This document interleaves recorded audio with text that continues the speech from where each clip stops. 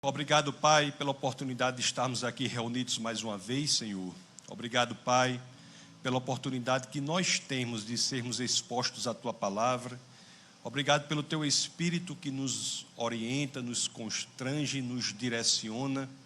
Obrigado, Senhor, por nos colocar na posição de refletir a Tua luz para o mundo. Todos nós cristãos somos chamados não para sermos como o sol, que tem luz própria, mas sermos como a lua, que reflete a luz do sol, que é Cristo Jesus.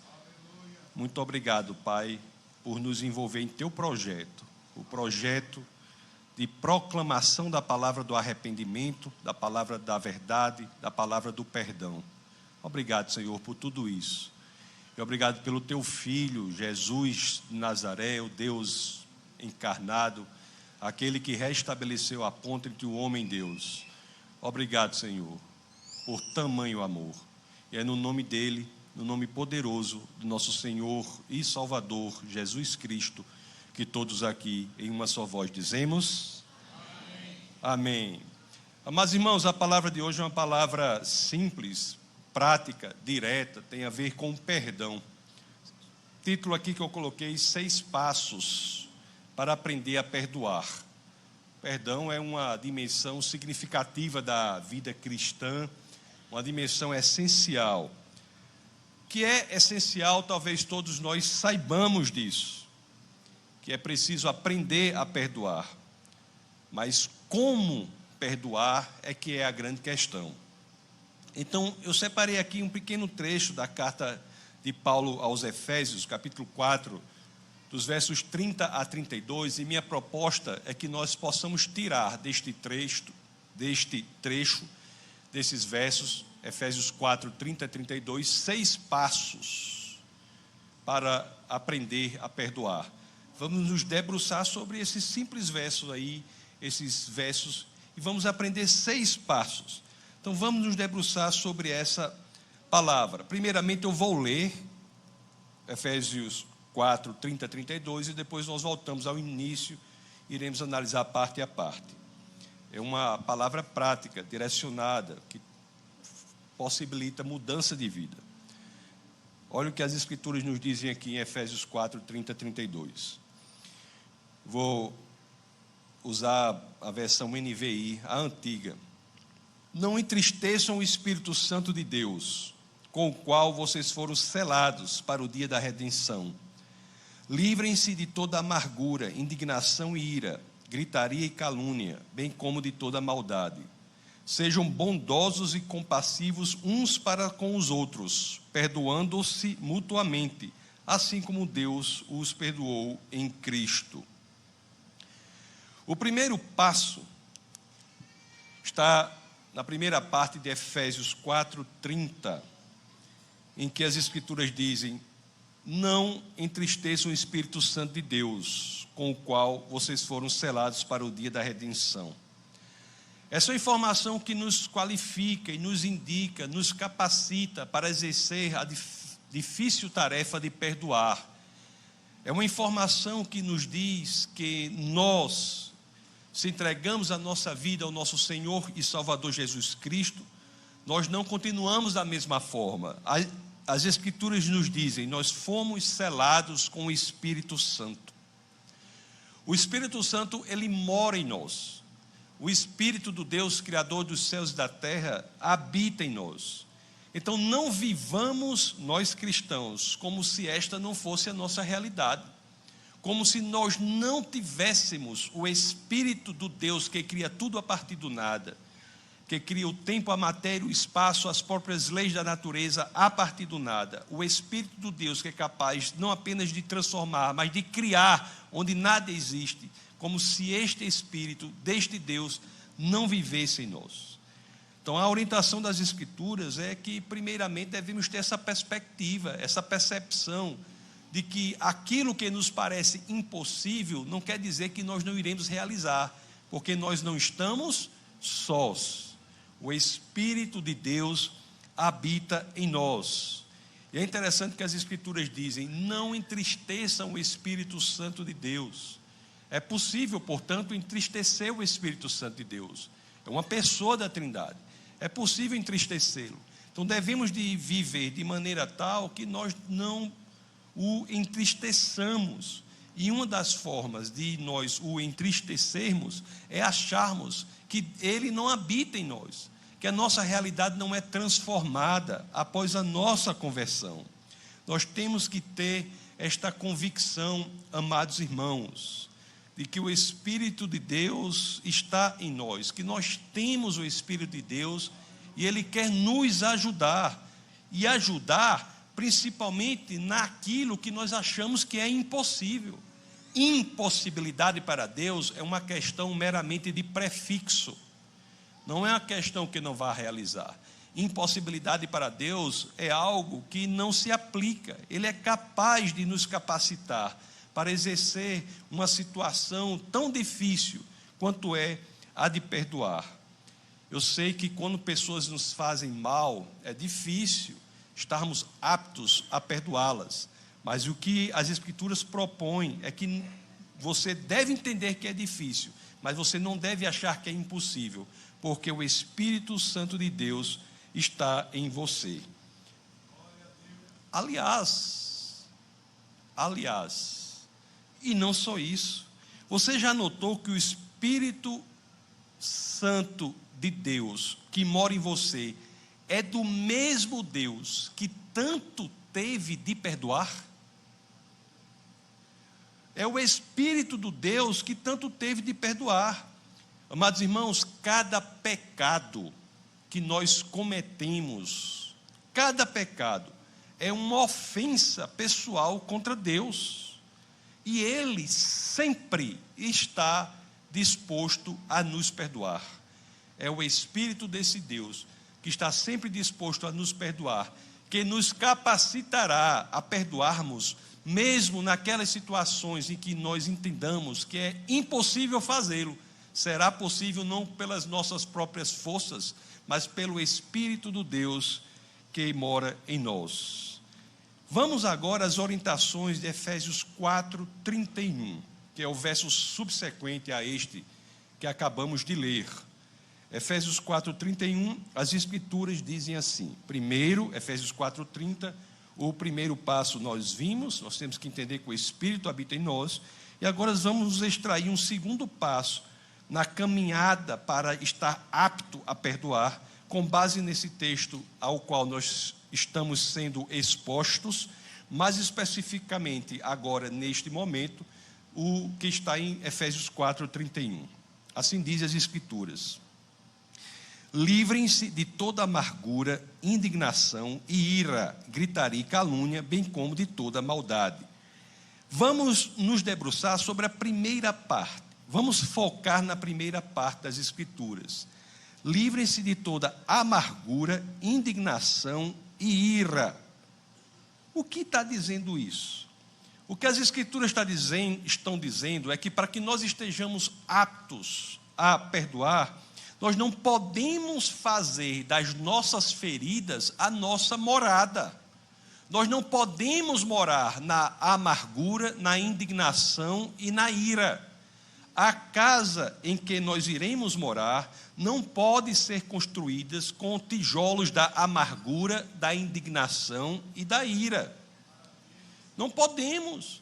Temos que nos livrar disso. Não podemos morar neste lugar. As Escrituras dizem claramente, há uma ordem: livrem-se de toda amargura, indignação e ira. Às vezes, eu sei, amados irmãos, que quando alguém faz alguma coisa muito ruim conosco, nós ficamos o tempo todo pensando sobre isso. Mas ao ficar pensando sobre isso, você tem que chamar a sua própria mente ao posicionamento, e você tem de se questionar: será que é isso mesmo que nós queremos trazer para a nossa alma? Será que é isso que nós queremos trazer para a nossa alma? Você vai permitir que sua mente resida no ambiente de amargura, indignação e ira? O que isso vai fazer com sua alma?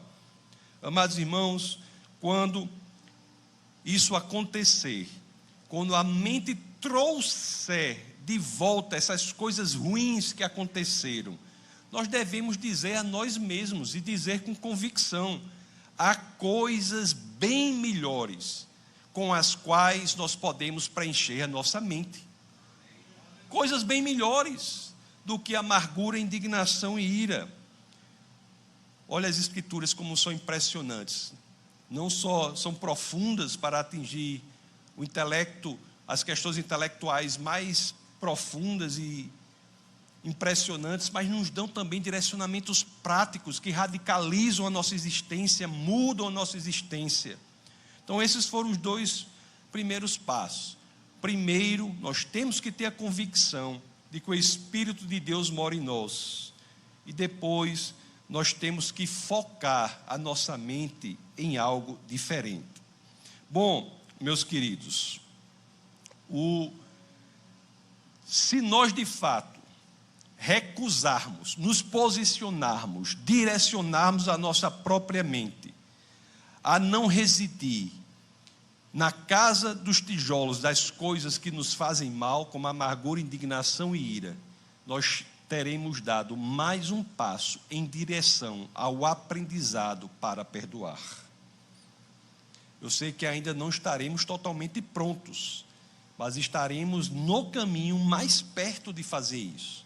E as Escrituras progridem. Estamos neste direcionamento, nesta progressão, neste caminho, para estarmos aptos a perdoar. Então, primeiro passo: lembrem-se que o Espírito Santo de Deus mora em você. Não viva como se ele não morasse. Lembre-se que o Espírito do Deus, Criador dos céus e da terra, mora em você. E o passo 2, não vamos fazer de nossas feridas a nossa morada. O terceiro passo, nós vamos extrair da segunda parte deste verso. O segundo, conforme nós já vimos, foi extraído da primeira parte. O terceiro passo será extraído da segunda parte desse verso. O que diz aqui a segunda parte desse verso? Livrem-se. Amargura, indignação e ira, nós já vimos. Vamos para a segunda parte.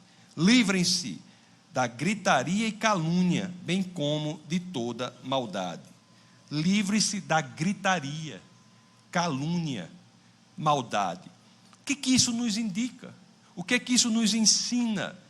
Isso nos diz que nós não devemos entrar em brigas, em disputas sem sentido, em gritarias, iras, calúnias sem sentido, que não trazem nenhum sentido. Às vezes nas confusões há muita gritaria, muita briga. Se você pensar bem, se isso não vai levar a lugar nenhum, não entre. Não entre. Uma vez, tem uma história aqui que 2 amigos estavam conversando e um estava falando de uma briga que teve com a esposa. Aí um amigo disse para o outro: minha esposa, quando briga comigo, fica logo histórica. Aí o outro perguntou: o senhor não quer dizer histérica, não? Não, é histórica mesmo, porque ela começa a trazer as coisas do passado. Nós não devemos entrar nessas discussões de quem fez isso, de quem fez aquilo, quando não há nenhum resultado produtivo nisso.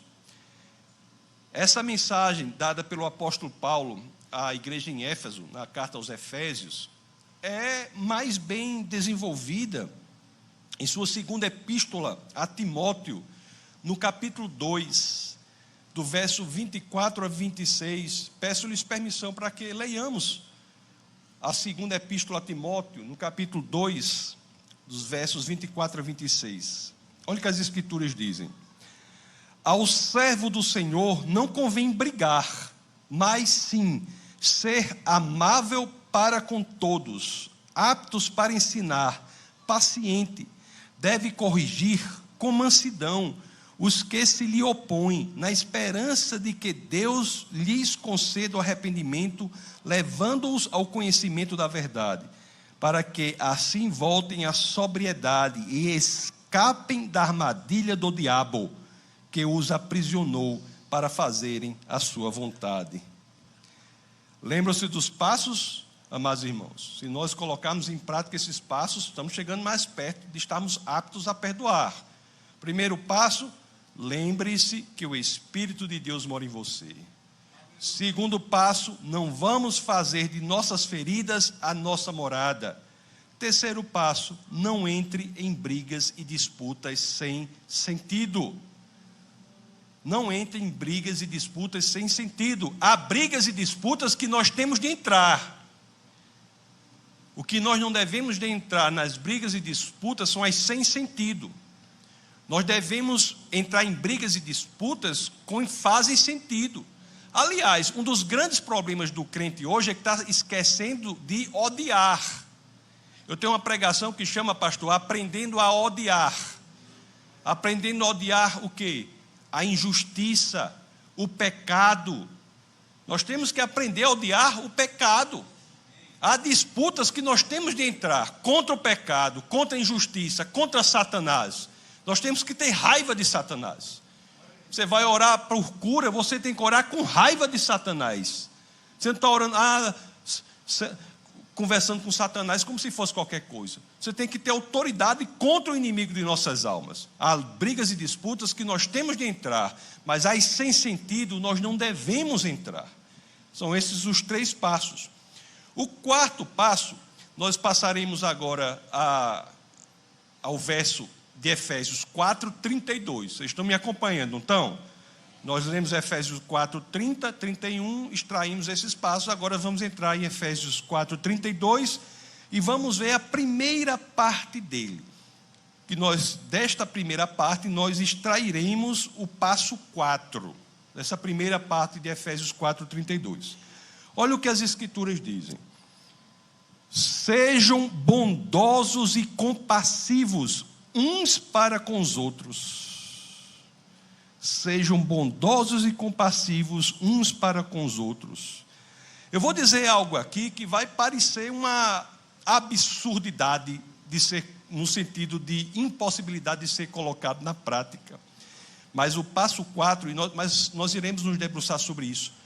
O passo 4 é: tenha compaixão em relação a quem machucou você. Sejam bondosos e compassivos uns para com os outros, é o que dizem as Escrituras. E o passo que eu estou extraindo daí é: tenha compaixão em relação a quem machucou você. Bom, é preciso entender a teologia por trás disso para aceitar que essa proposta desse passo é execuível, é realizável, é capaz de ser posta em prática. É preciso entender que quando a pessoa nos faz mal e não se sente mal por nos ter feito mal, é porque há ali uma cegueira espiritual, a respeito da qual é preciso termos compaixão. A pessoa que faz mal e não se sente mal por fazer mal é cega espiritualmente e carecedora de compaixão. Temos que entender isso. Temos que entender isso. Nós temos que usar a dor que nós sentimos pelo fato de alguém nos ter feito mal como combustível para a nossa compaixão. Cristo fez isso. Mas como é possível fazer isso? Se alguém nos faz mal, como você vai ter compaixão por ela em vez de querer esfaqueá-la, esganá-la, triturá-la? Como ter compaixão no lugar disso? E aqui vai um pequeníssimo aprofundamento teológico que nos dá uma leitura correta da realidade. Para que você seja capaz de fazer isso, é preciso discernir o inimigo. É preciso discernir o inimigo. Aí está a diferença de quem consegue ver as coisas como são, daqueles que são míopes espiritualmente. Aquele que consegue ver as coisas como são, tem a capacidade de discernir o inimigo. Lá na carta aos Efésios, só que um pouco depois, no capítulo 6, no verso 12, há um aprofundamento disso. Vamos ler Efésios 6,12, para que nós entendamos o que é discernir o inimigo, para que sejamos capazes de ter compaixão por aqueles que nos fazem mal. Olha o que as Escrituras nos dizem aqui em Efésios 6,12. O apóstolo Paulo nos diz: pois a nossa luta não é contra seres humanos, mas contra os poderes e autoridades, contra os dominadores deste mundo de trevas, contra as forças espirituais do mal nas regiões celestiais. Amados irmãos, se você, como eu, entende que as Escrituras são uma leitura correta, exata, infalível da realidade, você tem que entender que elas estão nos ensinando aqui que a nossa luta não é contra carne e sangue. Não é. Nossa luta não é contra pessoas, mas contra o que está por trás das pessoas. Quando nós pensamos em nossas feridas, quando nós imaginamos nossas feridas e logo aparece a face de uma pessoa que fez mal a gente. Mas se nós pensarmos que essa pessoa não é o nosso problema, nós estaremos discernindo corretamente. Não é a pessoa que nos faz mal que é o problema. O problema é quem está por trás disso. A nossa batalha mais importante na terra, durante esse breve tempo que nós passamos aqui na terra, não é contra pessoas, mas sim contra a atividade do inimigo de nossas almas por meio dessas pessoas.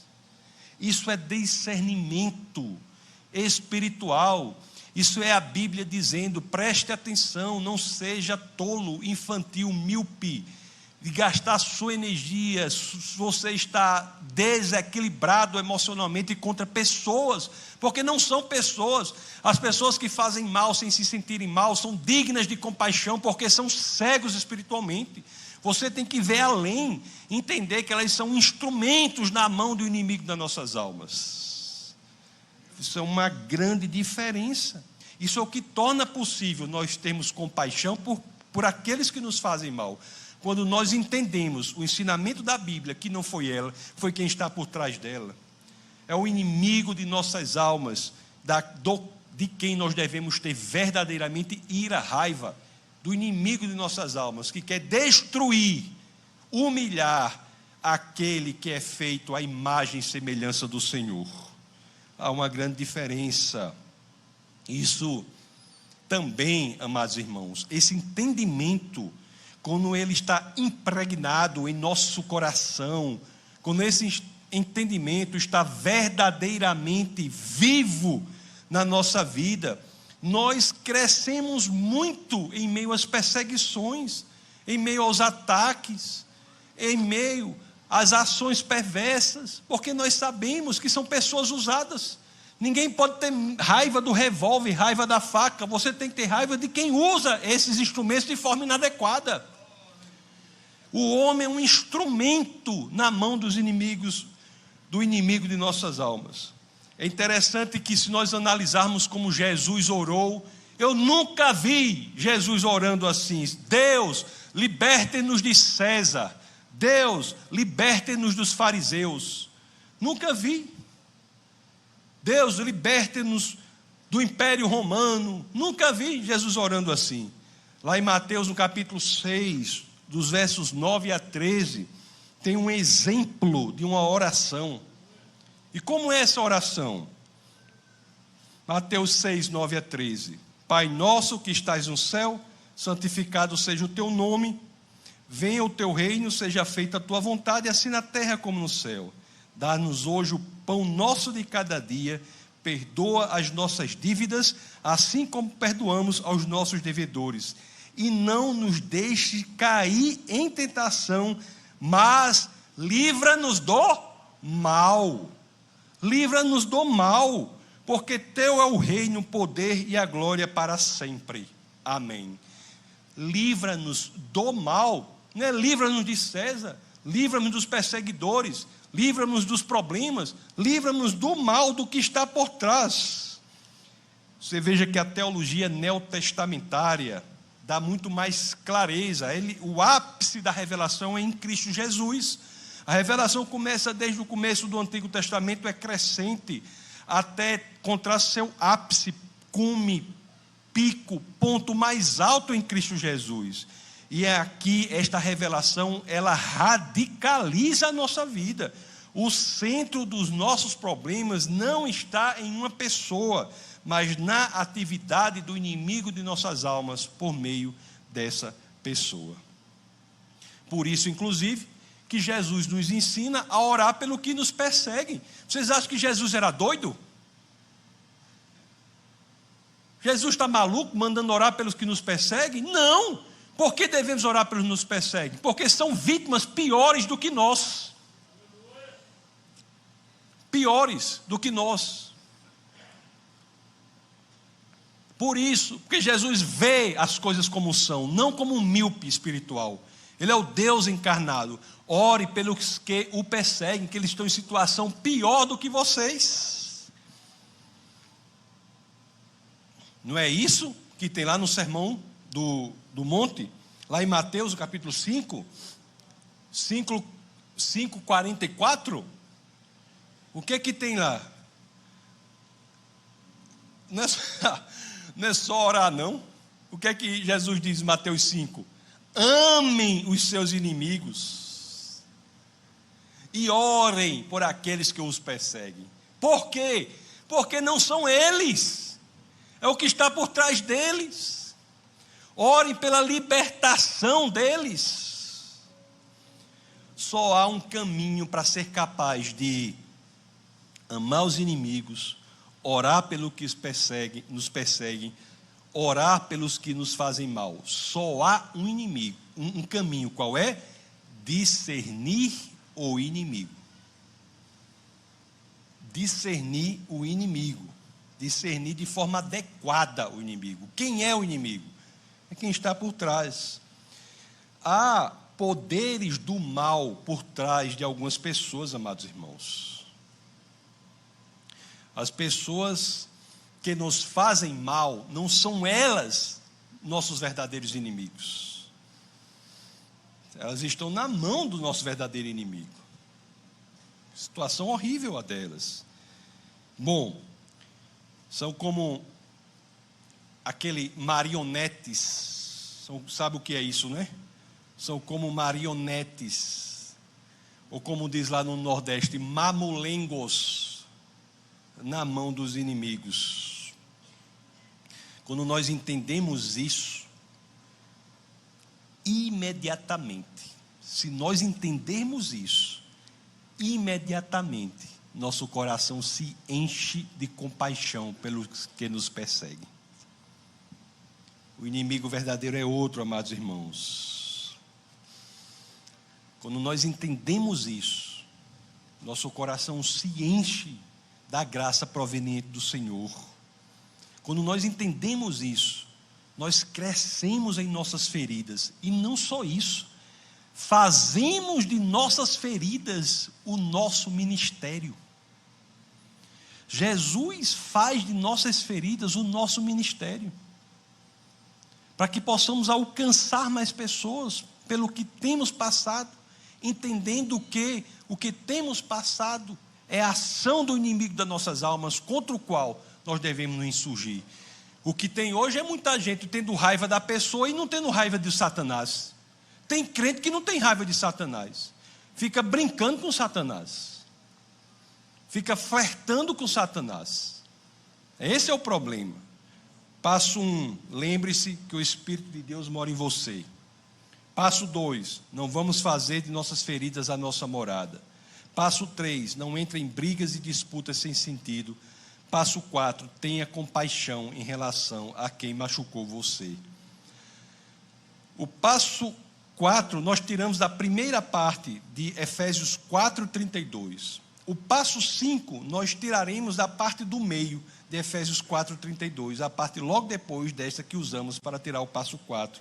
Então leiamos Efésios 4:32 para extrairmos o passo 5 da parte do meio. O passo que nós extraímos foi: sejam bondosos e compassivos uns para com os outros.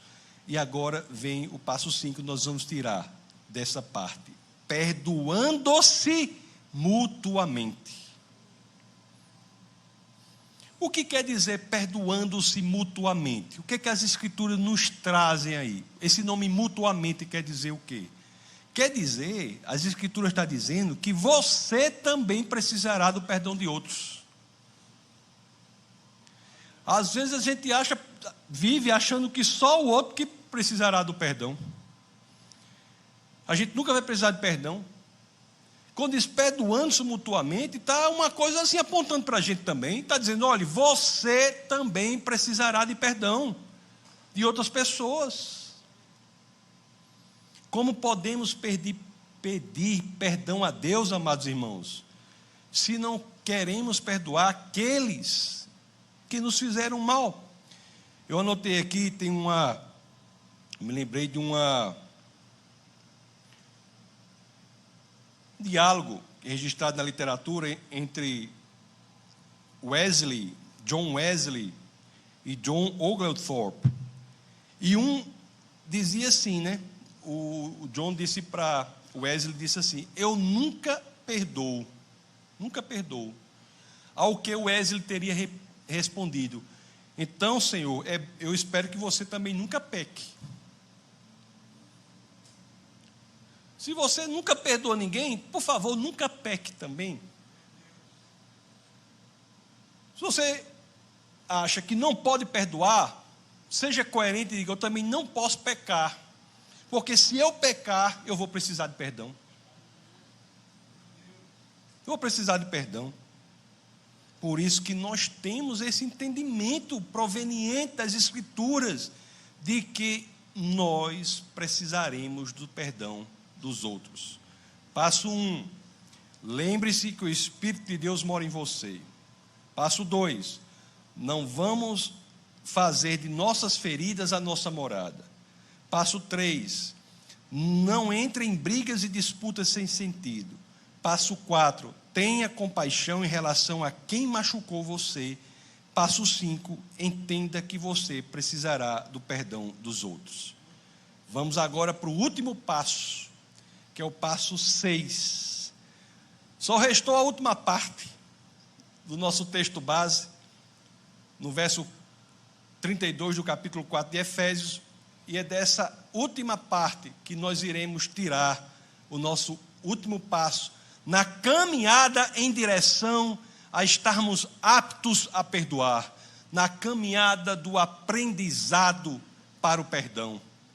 Vamos ver a última parte de Efésios 4:32. Coloca aí, irmão, por gentileza, Efésios 4:32. As Escrituras dizem: sejam bondosos e compassivos uns para com os outros. Daí nós tiramos o passo 4. Perdoando-se mutuamente. Daí nós tiramos o passo 5. E agora, a última parte é de onde nós tiraremos o passo 6. Assim como Deus os perdoou em Cristo Jesus. Qual é o passo 6? Nós não podemos viver a vida cristã sem considerarmos a todo momento o nosso perdão em Cristo Jesus. Olhe, isso é muito importante. Quando nós consideramos o perdão que obtivemos em Cristo Jesus, nós temos que entender como foi esse perdão. Considerar algo é entender como foi aquilo, dar peso àquilo, examinar aquilo. Como foi o perdão que nós tivemos em Cristo Jesus? Qual é o tipo de perdão que nós tivemos em Cristo Jesus? Como foi que Jesus nos perdoou?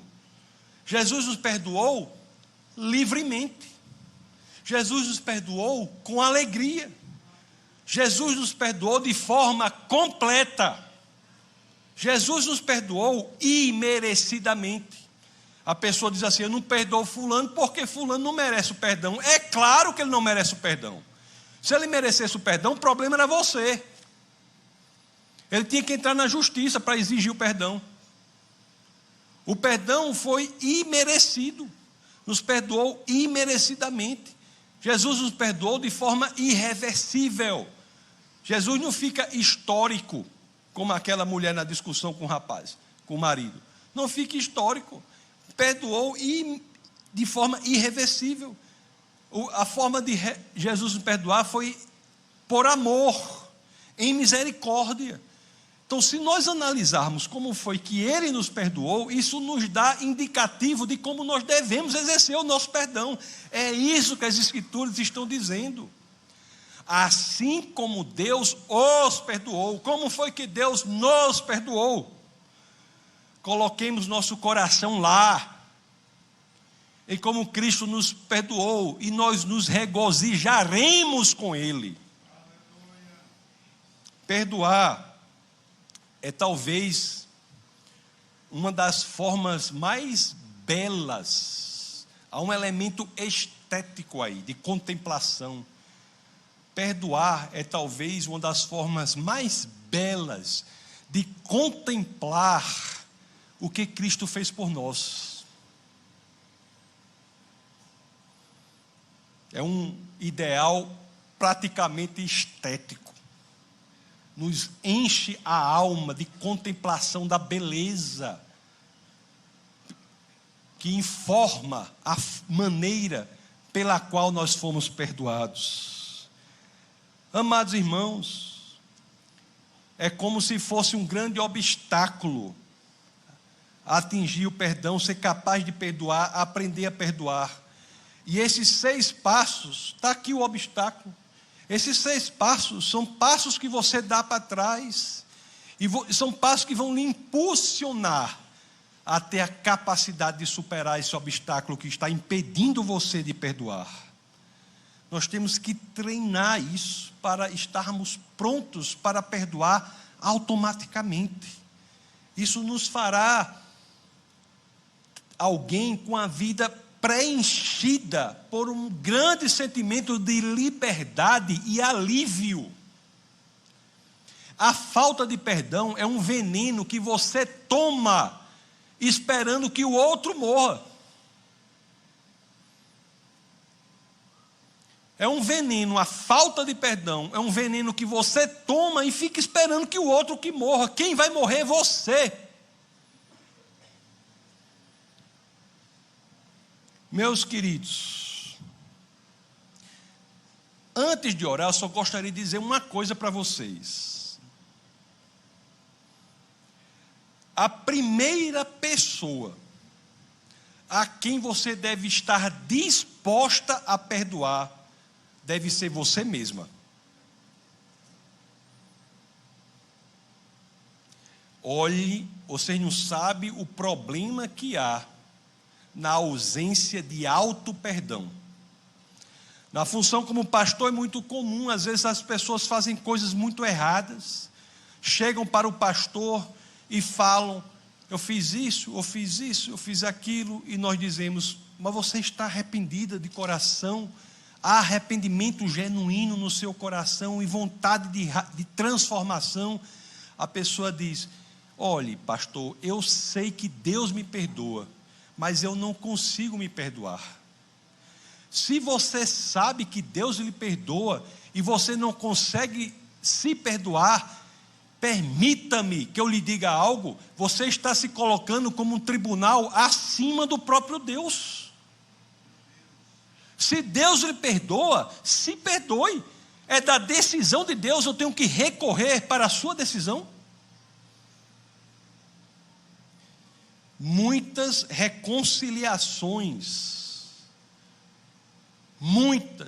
inúmeras reconciliações, nunca se tornaram possíveis, não porque as partes não estavam dispostas a perdoar, mas sim porque as partes não estavam dispostas, preparadas para serem perdoadas. Entenderam? Muitas reconciliações nunca se tornaram possíveis, não porque não se via disposição nas partes a perdoar, mas sim porque não se via preparação nas partes para serem perdoadas. Tem um psiquiatra chamado Karl Menninger. Ele disse algo impressionante. A experiência dele foi impressionante. Ele disse o seguinte: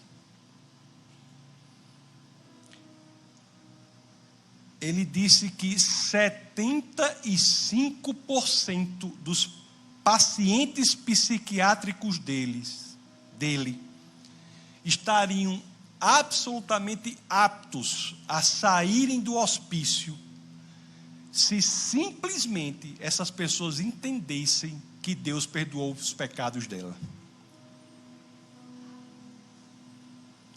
Vocês estão entendendo a profundidade disso?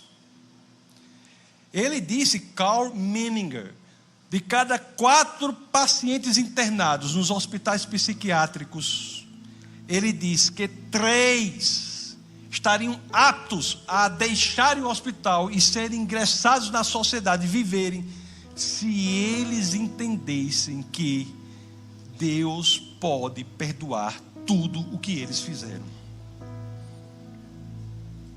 Às vezes a gente não traz para a realidade o que Deus diz na sua palavra. Para o crente, a Bíblia é a expressão genuína, verdadeira da palavra do Senhor, e nós não podemos viver como se não fosse.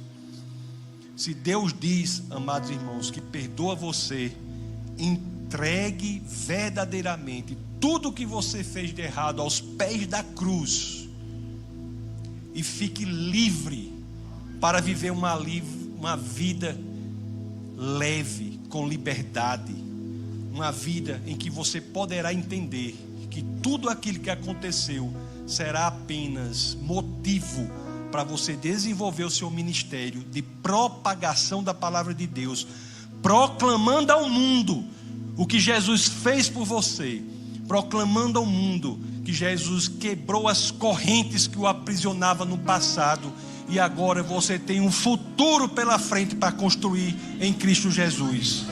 Vamos orar. Obrigado, Senhor. Obrigado, Pai, pela realidade transformadora da Tua palavra. Obrigado, Pai, porque Tua palavra é eficaz. Obrigado, Pai, porque Tua palavra alcança os labirintos mais obscuros da psique, os lugares mais profundos do coração, e vão lá e quebram as amarras que aprisionam as pessoas ao passado. Obrigado, Pai, pelo Teu Espírito, o Espírito do Deus Criador dos céus e da terra, que vai e transforma vidas, radicaliza existências, faz com que pessoas entendam que podem viver para Ti com sentimento de liberdade, com sentimento de propósito, com a vida cheia de sentido, Senhor. Obrigado, Pai, por nos mostrar a sobrenaturalidade no mundo que recai sobre a nossa existência, nos fazendo entender, Senhor, que estamos aqui com uma missão, com um propósito de levar liberdade ao mundo em Cristo Jesus.